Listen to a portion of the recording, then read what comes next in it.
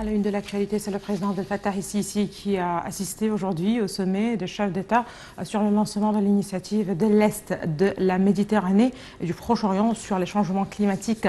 Le président chypriote Nikos Anastasiades a pris part à cette séance qui s'inscrit dans le cadre des activités de la troisième journée de la 27e conférence des Nations Unies sur les changements climatiques COP27 tenue à Sharm el-Sheikh. Les détails tout de suite. Le président Abdel Fattah el-Sisi a déclaré que l'Égypte avait accordé une grande importance à son adhésion à l'initiative de l'Est de la Méditerranée et du Proche-Orient sur les changements climatiques depuis son lancement en 2019, le Caire croyant en l'importance du rôle que pouvait jouer cette initiative dans le cadre de la coordination des politiques entre les pays membres en vue de faire face aux changements climatiques. El-Sisi a fait cette déclaration lors de son discours prononcé devant le sommet des chefs d'État sur le lancement de l'initiative de l'Est de la Méditerranée et du Proche-Orient sur les changements climatiques. Le chef de l'État a salué le président chypriote Nikos Anastasiades qui a appelé à la tenue de cette séance lors de la COP27 en vue de réaliser les engagements pris sur le climat. Le président El-Sisi a souligné que les initiatives visant à mobiliser les soutiens nécessaires pour affronter les changements climatiques étaient devenues l'un des plus importants mécanismes de travail sur les changements climatiques dans le monde. El-Sisi a ajouté que l'initiative de l'Est de la Méditerranée et du Proche-Orient sur les changements climatiques reposait sur la science, ce qui facilitera l'exécution des objectifs de l'accord de Paris. Le président chypriote a de son côté déclaré que la coopération internationale pourrait mettre un terme aux conséquences des changements climatiques et des catastrophes qui en découlent. Le président chypriote a remercié El-Sisi pour avoir accueilli la COP27, se disant fier d'avoir pris part à cette conférence qui aborde les moyens de faire face aux changements climatiques à travers la coopération régionale et internationale pour préserver ces régions et garantir les meilleurs résultats.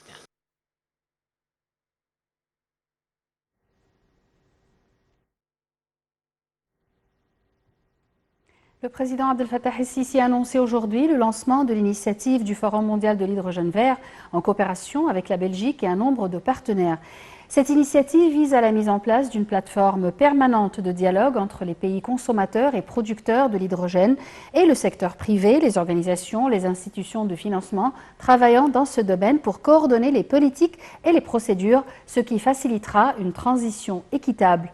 El-Sisi a ajouté lors de sa participation à la table ronde sur l'investissement dans l'avenir de l'énergie tenue dans le cadre de la COP27 que cette initiative avait été préparée durant les derniers mois en coopération avec le chef du gouvernement belge Alexandre De Croo.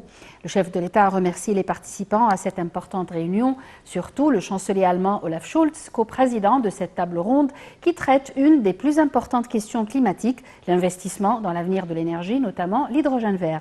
El-Sisi a souligné que le terme hydrogène vert était devenu très populaire durant les dernières années, et ce dans le cadre de la transition vers l'énergie renouvelable et la réduction de la dépendance aux énergies traditionnelles. Le président Abdel Fattah el-Sisi s'est entretenu aujourd'hui avec le chancelier allemand Olaf Scholz. Le porte-parole de la présidence Bassam Radi a déclaré que le chef de l'État a exprimé son souhait d'élargir la coopération avec l'Allemagne dans plusieurs domaines. Radi a ajouté que le chancelier allemand a loué les relations reliant justement les deux pays et a exprimé son appréciation à la bonne organisation de l'Égypte de la COP27. En marge de la COP27, le président Abdel Fattah el-Sisi et le président des Émirats arabes unis, Cheikh Mohammed Ben Zayed Al Nahyan, ont signé un mémorandum d'entente visant à développer le projet de spécifications requises pour construire une station d'énergie éolienne de capacité de 10 gigawatts. C'est ce qu'a déclaré le porte-parole de la présidence, Bassem Radi.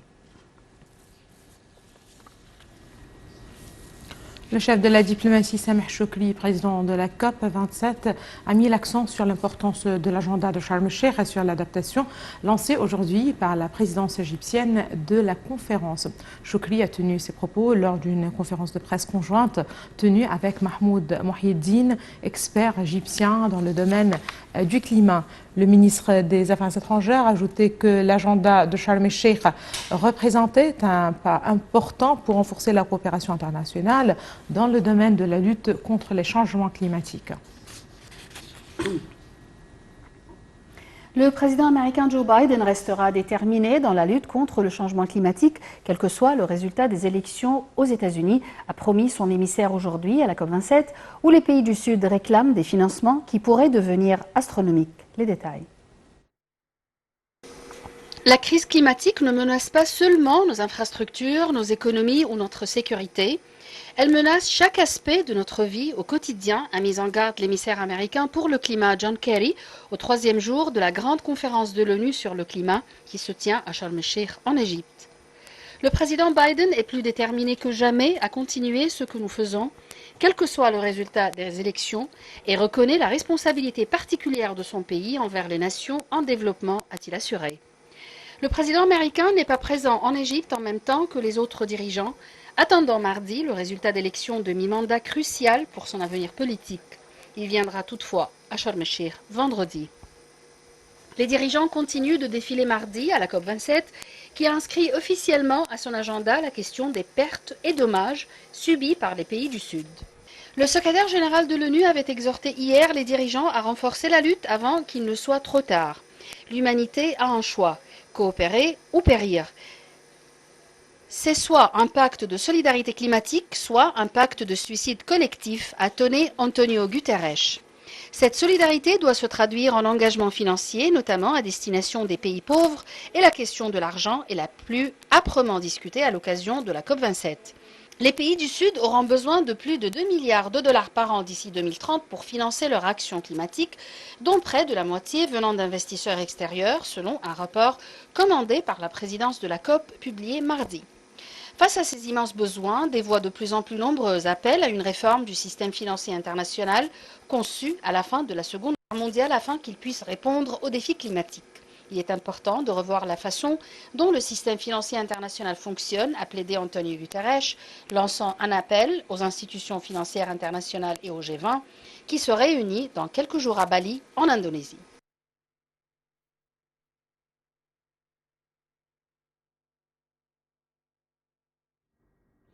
Le président de l'Afrique du Sud, Cyril Ramaphosa, a critiqué aujourd'hui à la COP27 en Égypte des aides financières multilatérales hors de portée, notamment en raison d'une politique de prêt. Les pays du Sud auront besoin de plus de 2000 milliards de dollars par an d'ici 2030 pour financer leur action climatique, dont près de la moitié venant d'investissements extérieurs, selon un rapport commandé par la présidence de la COP. Un plan d'investissement de 98 milliards de dollars a été approuvé hier pour la transition énergétique en Afrique du Sud, d'après des accords de principe conclus l'an dernier lors de la COP26 à Glasgow. La France, l'Allemagne, le Royaume-Uni, les États-Unis, l'Union européenne s'étaient engagés sur une première enveloppe de 8,5 milliards. Et l'Afrique du Sud devait devenir un exemple de coopération à suivre dans la lutte contre les émissions dans les pays en voie de développement.